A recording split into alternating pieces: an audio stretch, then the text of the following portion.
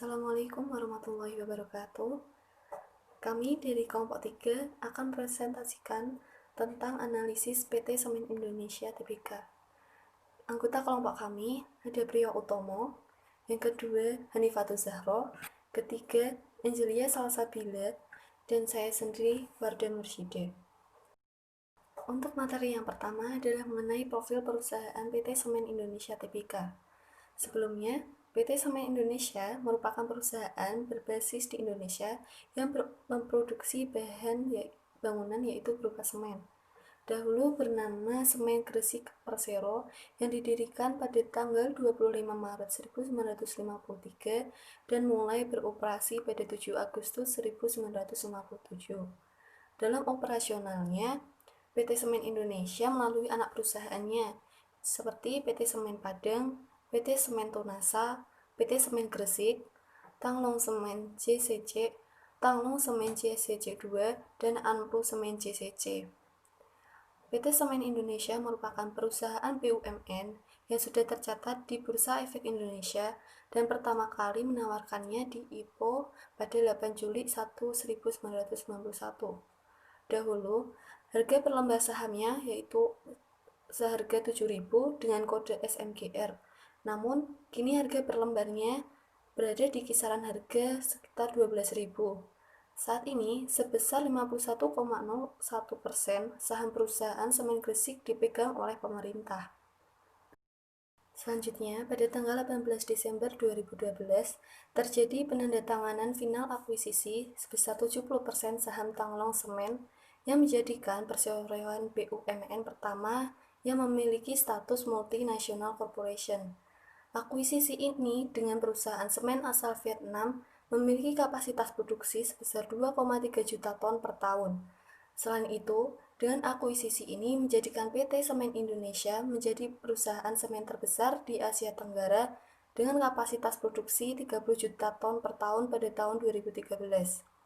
Pada rapat umum pemegang saham luar biasa, terjadi pergantian nama, yang semula PT Semen Gresik menjadi PT Semen Indonesia yang terjadi pada tanggal 20 Desember 2012. Harapan dengan pergantian nama ini merupakan strategic holding group yang mampu mensinergikan kegiatan operasional dan memaksimalkan potensi yang dimiliki demi terciptanya kegiatan operasional maupun kegiatan keuangan yang optimal. Untuk selanjutnya adalah materi mengenai analisis visi dan misi. Visi dari PT Semen Indonesia adalah menjadikan perusahaan penyedia solusi bahan bangunan terbesar di regional.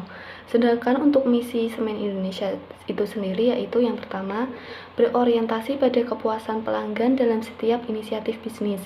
Yang kedua, menerapkan standar terbaik untuk menjamin kualitas. Yang ketiga, fokus menciptakan perlindungan lingkungan dan tanggung jawab sosial yang berkelanjutan. 4. Memberikan nilai tambah terbaik untuk seluruh pemangku kepentingan. Dan yang terakhir adalah menjadikan sumber daya manusia sebagai pusat pengembangan perusahaan.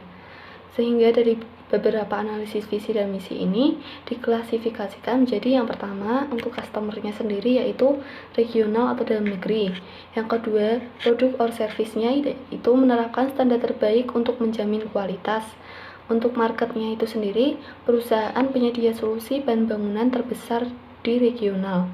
Concern for survival, growth, and profitability yaitu berorientasi pada kepuasan pelanggan dalam setiap inisiatif bisnis.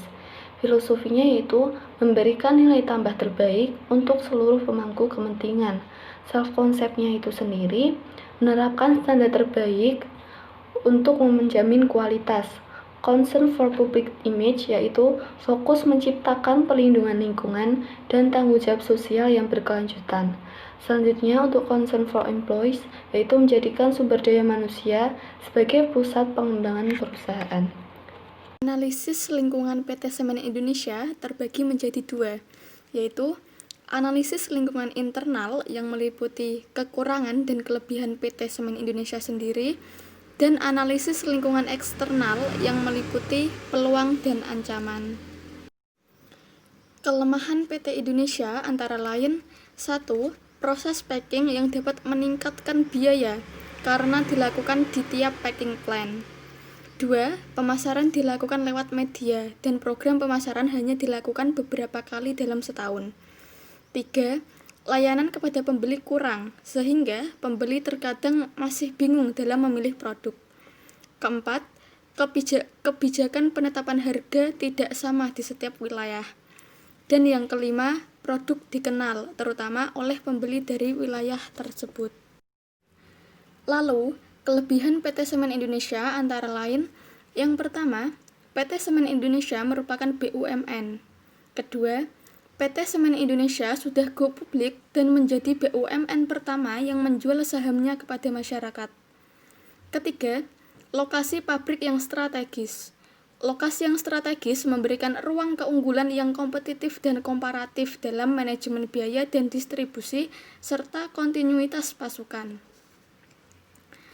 Keempat, perseroan memiliki keunggulan SDM yang memiliki kompetensi di bidang perekayasaan teknis dan jasa konsultasi dalam persemenan serta industri terkait. Kelima, memiliki jangkauan distribusi ke seluruh penjuru pemasaran. Dan keenam, sarana promosi yang menyeluruh ke berbagai media.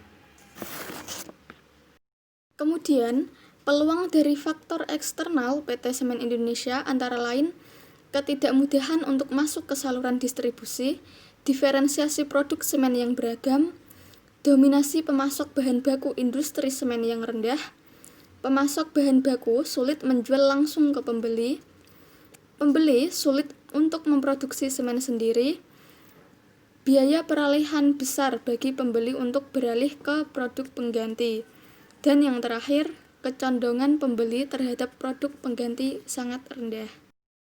Faktor eksternal yang terakhir dari PT Semen Indonesia adalah ancaman yang meliputi 1. Tidak ada penghalang masuk dan ada penghalang keluar dari industri. Kedua, pembeli dapat memilih produk semen yang sesuai dengan kebutuhannya. Ketiga, persaingan industri semen yang ketat. Keempat, biaya tetap tinggi. Kelima, pesaing memiliki karakteristik produk yang unggul. Dan keenam, pesaing memiliki strategi berbeda-beda dalam berkompetisi. Baik, untuk selanjutnya saya akan membahas mengenai strategi-strategi yang digunakan oleh PT Semen Indonesia. Nah, yang pertama ada strategi integrasi. PT Semen Indonesia Tbk berada dalam kuadran 1 yang berarti strategi yang digunakan berupa strategi integratif dan strategi intensif. Untuk strategi integratif ini, peneliti memilih integrasi horizontal yang mengupayakan kepemilikan lebih besar atas pesaing. Penjelasannya sebagai berikut. Untuk strategi horizontal, berdasarkan laporan tahunan Semen Indonesia tahun 2013, diperoleh data bahwa industri semen merupakan industri yang berkembang di mana PT Semen Indonesia Tbk sendiri menjadi market leaders di Indonesia dengan pangsa pasar sebesar 43,9%. Yang kedua, ada strategi intensif yang terdiri dari penetrasi pasar dan product development. Yang pertama, saya menjelaskan tentang penetrasi pasar. Strategi ini sesuai diterapkan bagi PT Semen Indonesia karena menurut data matriks SWOT, perusahaan sebaiknya melakukan promosi dengan cara memperbesar wilayah pemasaran sehingga produk dapat dijangkau lebih luas. Selain itu, pada kekuatan dan peluang, pentingnya jangkauan distribusi yang luas dan masih tersedianya produk pengganti yang memiliki kinerja dan harga yang lebih terjangkau. Kemudian ada product development. Dari laporan tahunan didapatkan data bahwa PT Semen Indonesia Tbk merupakan pemimpin pangsa pasar industri semen di Indonesia. Dari hal ini membuatnya menjadi salah satu perusahaan yang menjadi sasaran pemasok untuk mensuplai bahan baku perusahaan. Maka dari itu, strategi pengembangan produk sangat sesuai untuk diterapkan pada PT Semen Indonesia. Yang ketiga adalah strategi diversifikasi. Pertama ada strategi concentric diversification. Strategi ini dijalankan dengan menambah produk baru yang masih terkait dengan produk yang ada, baik keterkaitan dalam kesamaan teknologi, pemanfaatan fasilitas bersama, ataupun jaringan pemasaran yang sama.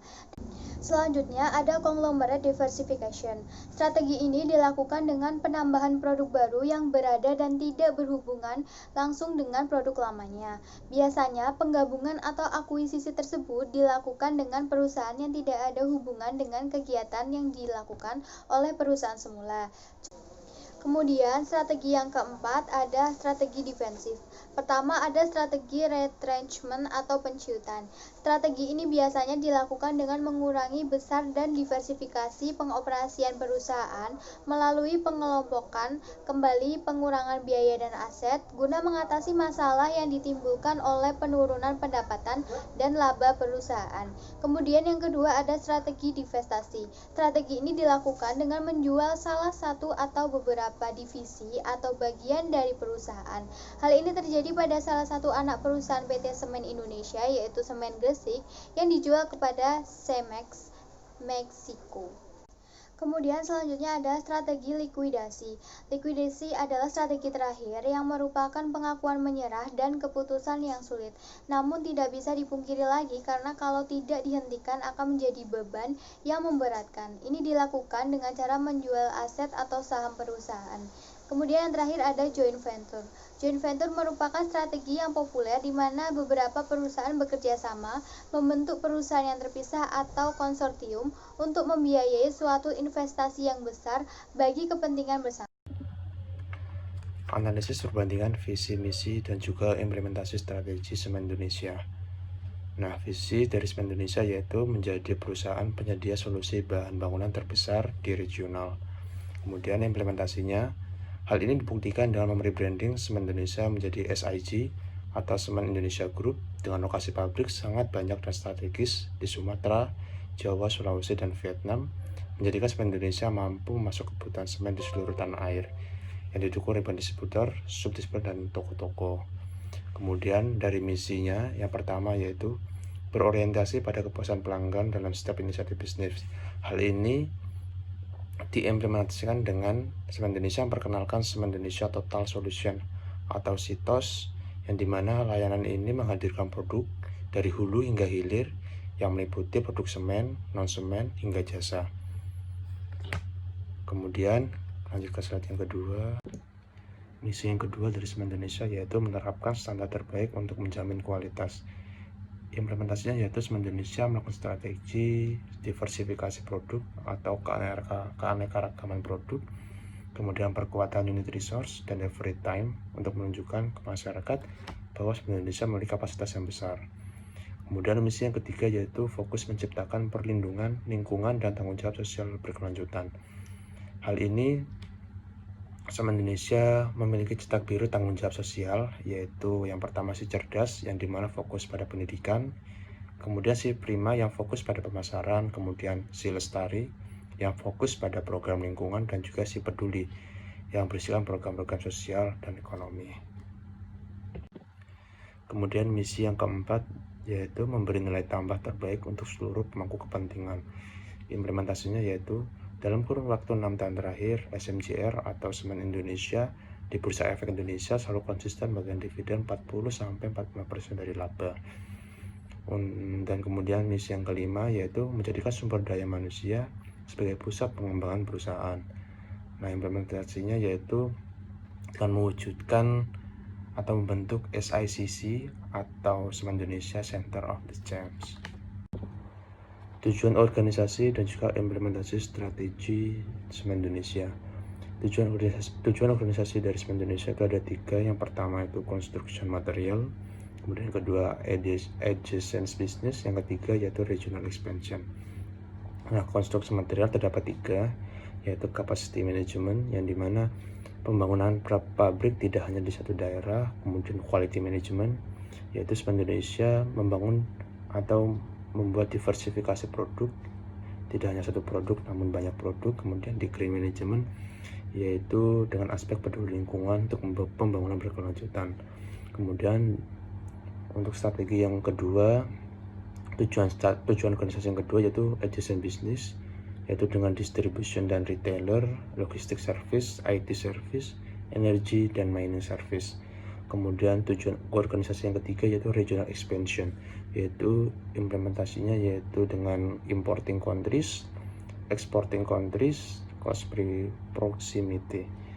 Nah, tujuan dari perusahaan untuk melakukan ekspansi ini untuk mendekatkan perusahaan dan jangkauan distribusi ke pemasaran karena dinilai lebih ekonomis. Contohnya yaitu pembangunan pabrik di Padang dan juga di Rembang. Kemudian poin yang terakhir yaitu kesimpulan, implementasi visi misi perusahaan Semen Indonesia sudah sangat berjalan dengan baik.